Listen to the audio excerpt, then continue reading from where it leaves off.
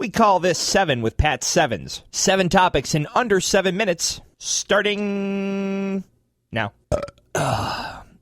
Number 1. The Pope Francis, has made some big headlines today because he says that the church has been too focused on the issues of abortion, gay marriage, and contraception, and suggested find a new balance to deliver its message. I would like to note that he actually said this. He said the church should deliver its message missionary style. Haha. He's not saying that the church should suddenly allow gay marriage or abortion or contraception. He's just saying that they should probably ease up on those issues and worry about things that matter more, like poor people and genocide. Now, my personal opinion of these things have always been in complete opposition to the Catholic Church. I'm pro-gay marriage, I'm pro a woman's right to choose, and I absolutely believe in contraception. But I also think that if you want to be part of the club that is a religious group, that's your right. Now, if you belong to a religion, I'm not trying to degrade you by calling it a club. I'm just trying to give it a comparison. All clubs have rules. Like in college, if you belong to the club hockey team, they play hockey, not cricket. Now, chances are those hockey players probably have very strong feelings about cricket. Probably don't like it much either. But it's their right to have a club that's just for hockey, and hockey-related matters, which tends to be drinking. My problem is when these religions influence government. The Republicans actually could learn something from the Pope here. They should ease up on these issues. I guarantee you that they would win more elections if they weren't so hardcore on this stuff. Being Christian does not make you a Republican, and being an atheist doesn't make you a Democrat. However, we've kind of gotten to that point in this country, haven't we? And that's sad because by default I get lumped into the Democrat category, and quite frankly they're full of a lot of douchebags. However, I can't take the hate on the other side of the aisle. But back to the issue at hand when it comes to gay marriage, abortion, or contraception, look at the stats. Gay marriage in this country is overwhelmingly supported, as is contraception. Abortion's a little bit more of a hazy subject. But that's what should matter when we make policy, and that's what should matter when we make laws. Not some guy in a big-ass hat. But when it comes to what you choose to do with your Sundays, that's your right, at least in this country. And it's the church's right to preach whatever they want to preach, be it right or wrong. Number 2. You shouldn't model your city after Detroit. I'm talking directly at you, Chicago. Detroit is a wasteland full of crime, drugs, and shootings. Chicago has the exact same problems, only they have an okay economy. Yesterday, 3 people, including a 3-year-old boy, were shot in an apparent gang-related shooting at a neighborhood basketball court in the city of Chicago that left up to 13 people injured. Chicago has a serious gang problem. It's gone from the city of being the Bears and Ditka to hide your kids, hide your wife, and hide your husband. You know, back in the old days when in Chicago they had the mob. They, generally speaking, would just, shoot other criminals. There was no little kids dying or nothing. Now they go ahead and shoot a 3-year-old little boy. That's bothersome. I'm going to go ahead and write a letter to Mr. Obama. If he could go ahead and help us out here, that'd be great. Go Bears. Ooh, number 3.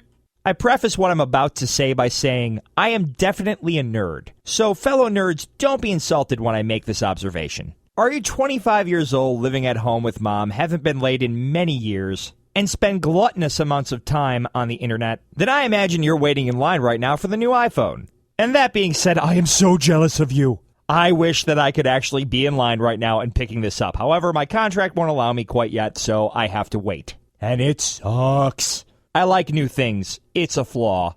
Even though I know that this phone is not that special. One's got some colors, and the other one is basically a fancier version of the one I already have. But here's the reality. Apple is still king of the cell phone market. I still get excited when they release something I'm not even terribly excited about. It's an event. No one does this for Samsung. No one does this for BlackBerry. BlackBerry. It's just for Apple stuff.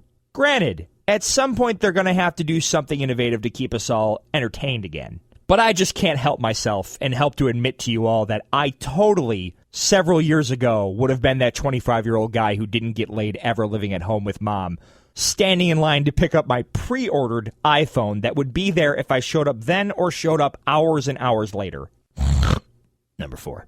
Congratulations, America. A morbidly obese 2-year-old became the world's youngest recipient of gastric bypass surgery. The toddler weighed 72.7 pounds, causing sleep apnea and bowing of the legs.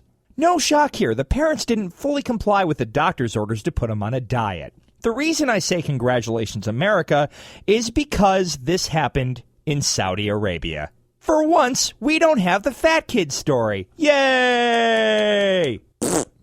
Number 5. The iHeartRadio Music Festival begins today in Las Vegas. Some of the biggest and most random people ever assembled on a stage will be there. And I'm really pumped up about this. The frontman for the band Fun is going to perform vocals with Queen this weekend. Queen was kind of one of those bands growing up I loved. Something about their music being so theatrical and yet rockin' always did it for me. And I see Fun as the modern day version of that. Every single they have, you could totally see in some kind of awesome musical. Not that I'm a musical kind of guy or anything. Of course not. Steak, beer, girls. Anyway, check it out on the iHeartRadio app. It's free in the App Store. And it'll also be on the CW network. Check your local listings. What happened last night? Number 6.